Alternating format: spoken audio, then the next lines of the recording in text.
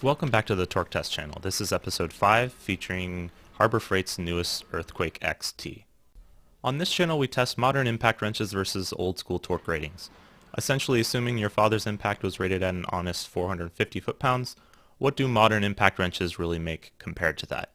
Manufacturers admit there's currently no way to compare torque ratings, so in a world where brands are now advertising 1600 foot-pounds, this is our attempt at leveling the playing field. It won't disprove the brand's ratings, but it should allow us to actually compare power levels across brands. This is the new Earthquake XT from Harbor Freight. Much like their previous model in the specs, but a whole new look. It's likely to share many of the same parts, but seeing as we haven't tested either on this channel, this seemed like a good place to start. When you look at its numbers, they're no joke. 1,000 foot-pounds max torque and 1,190 bolt breakaway. Looking at both of these figures, that puts it right in with the last two full-size impacts we tested on this channel in episode 4, the Aircat and Matco. But the max torque figure being at 1,000 is the highest we've seen, so we'll have to see if that shows in our testing.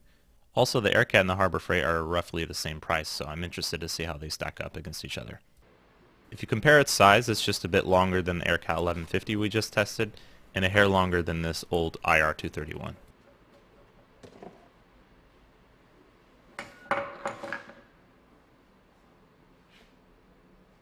So let's get into the testing. This is Earthquake in working forward torque.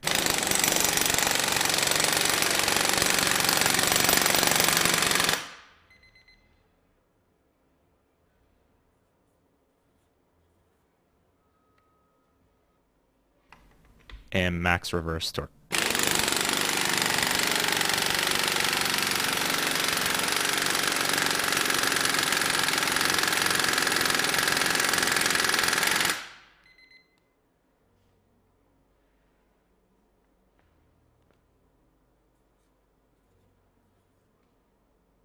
Looking at the data compared to the Aircat 1150, it's quite close. The bottom line is the Harbor Freight and the top black line is the Aircat. You can see in the first test, the dotted line up to 5 seconds, the Harbor Freight made maybe 10 foot-pounds more than the Aircat, and then they roughly followed pretty much the exact same curve for max torque up till then. Let's see how they do in a best case scenario test. For comparison, this is the 15-second best case scenario test for the Aircat.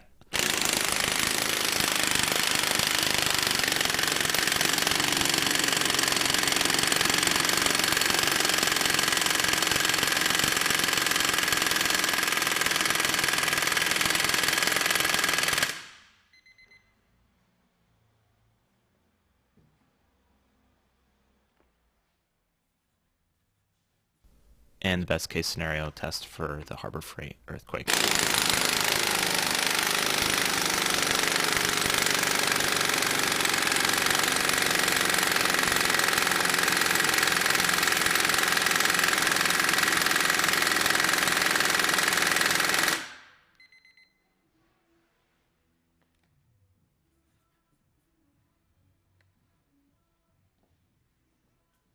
This is another one of those cases where I'm glad I'm able to chart the graphs, because if you were to look at the top two data points for these tools, you would think they're interchangeable, but looking at between 4 and 8, 9 seconds, the Harbor Freight's making 60, 80 foot-pounds more than the Aircat. After that, it teeters off and flattens out, at which point the Aircat catches up. But in most cases, when you're using this tool 3, 4, 5 seconds, the Harbor Freight's making a lot more power. Because of this, let's compare it to the Matco impact wrench, which so far has been our most powerful. So similar story here, compared to the Matco MT2769, it doesn't match the top numbers that the Matco can put out.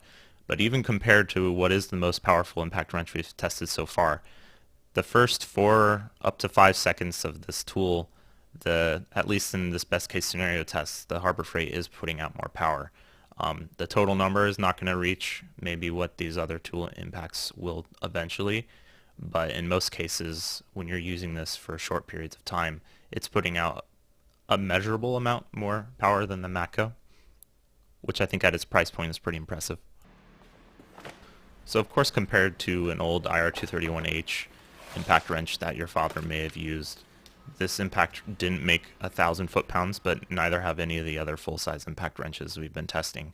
It did put up a good fight at its price point, And in case you think our test rig is somehow limited in the upper range for torque, in a few episodes we will be testing some very big high power air and cordless impact wrenches to put that to the test.